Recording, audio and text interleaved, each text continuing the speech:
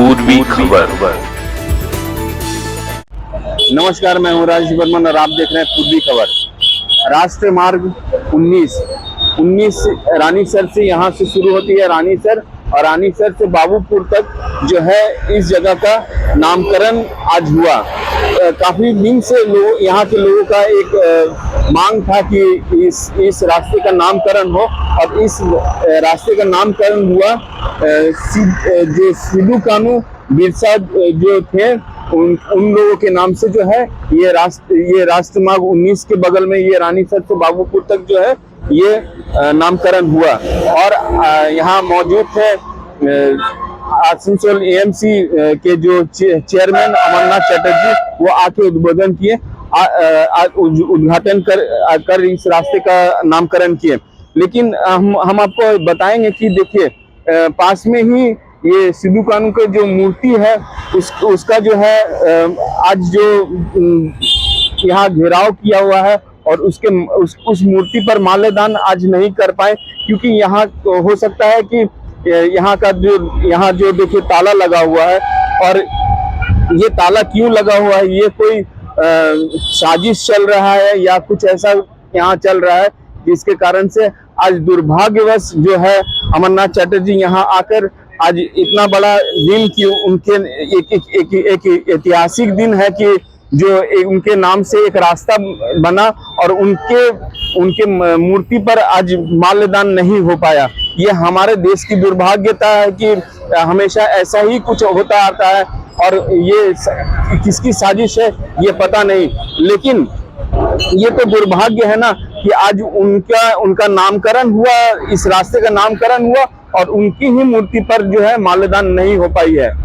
हम लोग देखेंगे किस तरीके से जो है आज रास्ते का जो है उद्घाटन हुआ, नामकरण हुआ, और हम आगे और भी लोगों से बात करेंगे। देखते रहे पूर्वी खबर। मैं कैमरामैन सोनू के साथ राजेश बर्मन।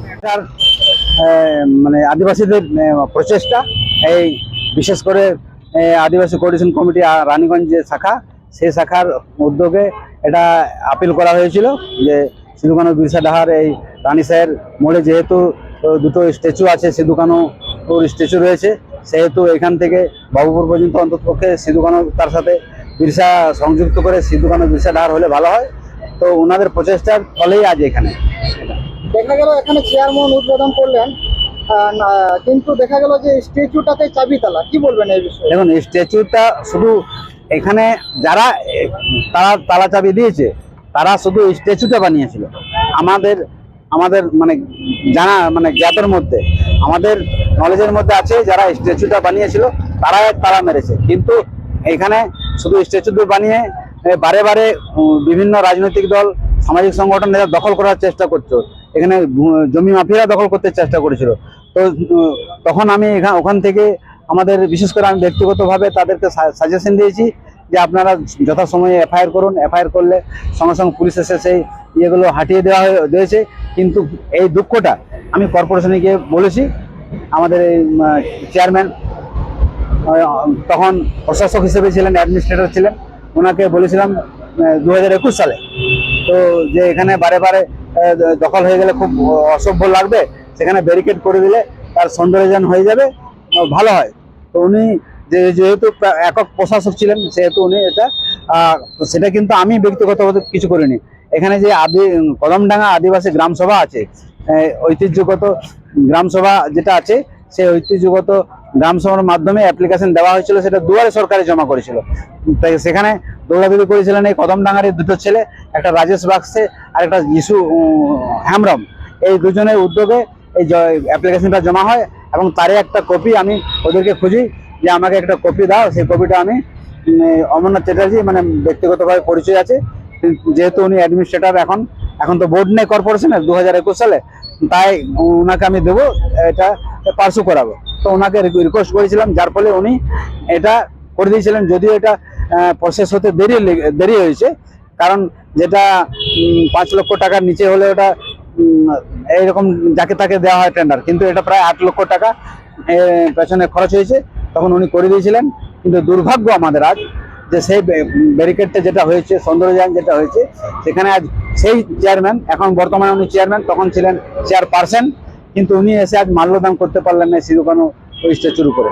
এটা কি মনে হচ্ছে, এটা কি স্ট্যাচু নিয়ে ষড়যন্ত্র করা হচ্ছে? দেখুন, ওরা, আমরা অস্বীকার করব না যে যারা আজ ষড়যন্ত্র করছে তারা হয়তো স্ট্যাচুটা বানিয়েছিল, কিন্তু আমাদেরও তো অবদান আছে। এই আদিবাসী কদমডাঙ্গা আদিবাসী গ্রাম সভার যে প্যাড, সে প্যাডে যে দরখাস্ত দেওয়া হয়েছিল, তাদেরও তো অবদান আছে।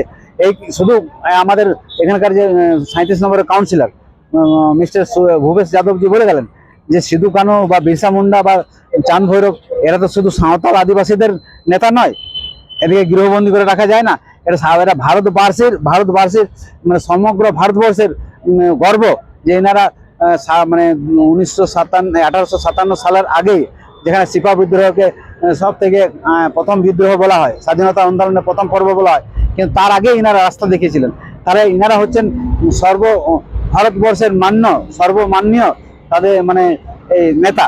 কেন আমরা ফুল দিতে পারলাম না? উনি দুঃখ খুব প্রকাশ করলেন। যাই হোক, আগামী দিনে দেখবো এটা কিরকম কোন দিকে যাচ্ছে, কিন্তু যারা ষড়যন্ত্র করেছেন এটা ঠিক করেননি।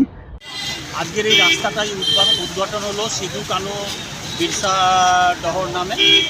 তো আপনারা সকলে, এই অঞ্চলের সকলেই আমাদের কাছে অনুরোধ করেছিল এই রাস্তাটার নামকরণ করার জন্য।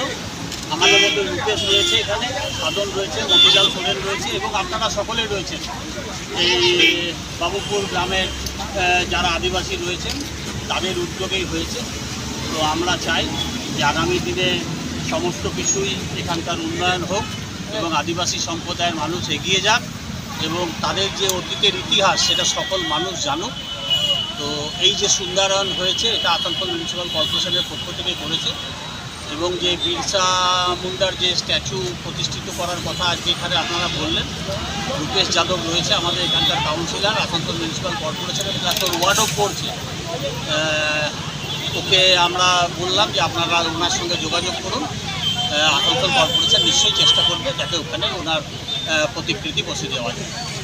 हमारे चैनल को लाइक शेयर सब्सक्राइब करना ना भूलें और बेल आइकन को दबाना ना भूलें और देखते रहें पूर्वी खबर। पूर्वी खबर, नजर सब पर।